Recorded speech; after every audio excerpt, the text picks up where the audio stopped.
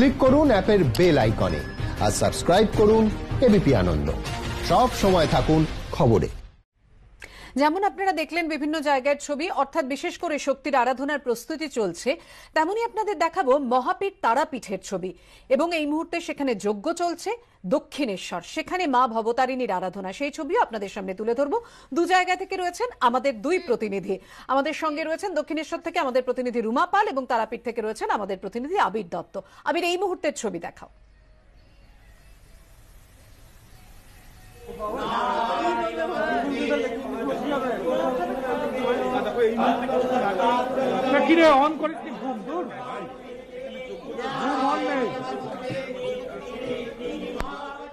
না, আবিরের কথা আমাদের কাছে এসে পৌঁছচ্ছেন না এবং দর্শকরাও শুনতে পাচ্ছেন না। আমরা আবারও চেষ্টা করব আমাদের প্রতিনিধি আবির দত্তর সঙ্গে যোগাযোগ করার। এবং কিন্তু এই মুহূর্তে ছবি আপনারা দেখতে পাচ্ছেন, তারাপীঠের ছবি। যজ্ঞ শুরু হয়েছে।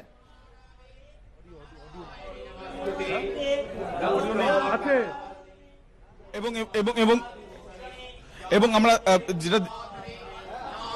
যেটা আমরা জানতে পাচ্ছি যে আগামী কাল যেটা আমরা জানতে পাচ্ছি যে তারা অঙ্গে কালী পুজো হবে। আমরা একবার জেনে নেওয়ার চেষ্টা করবো আগামীকাল সকালবেলা থেকে মঙ্গল আরতি শুরু হবে, একটু যদি বলেন। আগামীকাল হবে তারা রূপে শ্যামা পুজো, মানে মা তারাকে আমরা শ্যামা রূপে পুজো করব। করাল বদনাং ঘৌরাং মুক্তকেশী চতুর্ভুজাং দক্ষিণাং কালিকাং দিব্যাং মুন্ডমালা বিভূষিদাম। এই যে কালী রূপ তন্ত্রে যে বর্ণনা আছে, সেই কালী রূপ বর্ণনা দিয়ে আমরা তারামায়ের পুজো শুরু করব।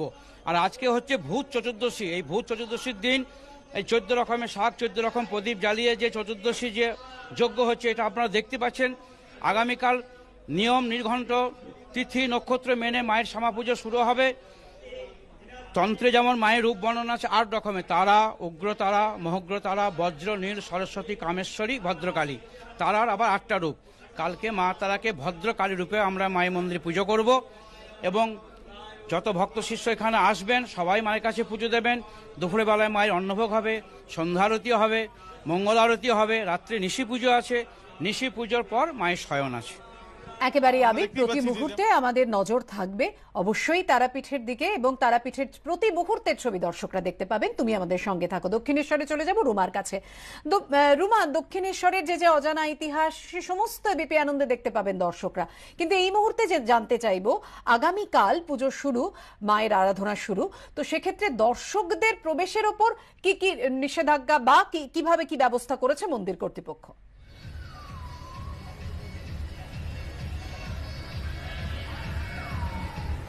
হ্যাঁ পাপিয়া, সেই প্রসঙ্গে আসছি। তবে এই দক্ষিণেশ্বর মন্দির প্রাঙ্গণে আজকে বলে রাখি যে কালী পুজো এবং দীপাবলির উপলক্ষে খুব সুন্দর করে আলোকসজ্জায় সজ্জিত করা হয়েছে।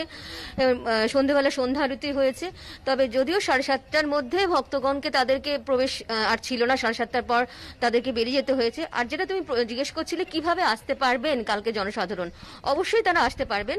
এবং যেহেতু কালকে একদম ভোর 4টের সময় মঙ্গল আরতি রয়েছে, তারপর 6টার সময় তোমার মন্দির প্রাঙ্গণ খুলে যাবে এবং জনসাধারণ আসতে পারবেন। সেটা কিন্তু কোভিড প্রোটোকল মেনে আসতে হবে। অবশ্যই মাস্ক থাকতে হবে, স্যানিটাইজার থাকতে হবে, দূরত্ববিধি থাকবে।